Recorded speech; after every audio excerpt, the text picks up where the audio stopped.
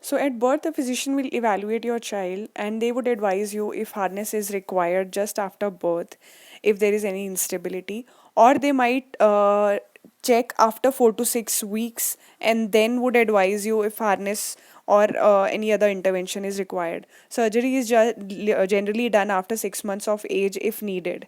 Till then, all these things I'm telling you will help your child. Though if harness is there, then the orthopedician will also advise you about the precautions and things to take care of, how to put the harness, how to remove the harness, and all these things will be told to you accordingly. This is a video I recently posted on swaddling.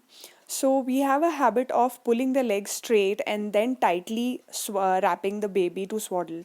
But that is not the correct way, as it pushes the legs into out of their sockets. So the better way to swaddle is just keeping the arms down, wrapping them up, keeping the legs loose, and then putting the clothes over them, making sure the legs are loose for them to move.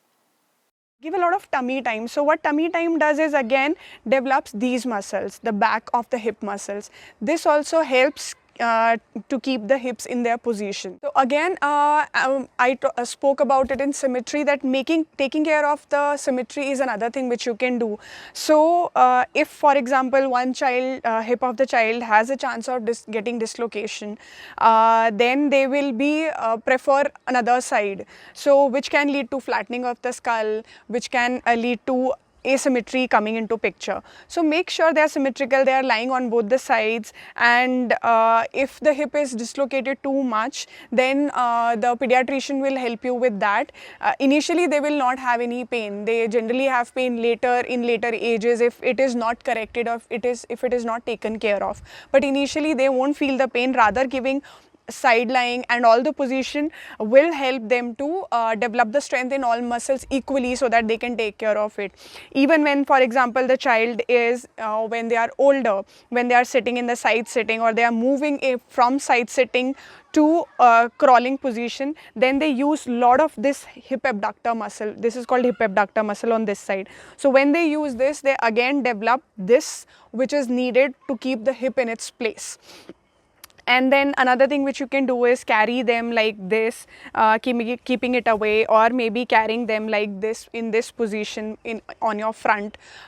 These things can help you keeping this in it, the hip in its place. So if detected early, if worked upon early, it shows wonderful results, and it can be worked upon. You can even consult your therapist regarding the positions, regarding if there is tightness of the muscle, which happens if they are keeping the leg in one place. They can help you with elongations of those muscles, and they can teach you how to position your child properly for that thing it to take care of.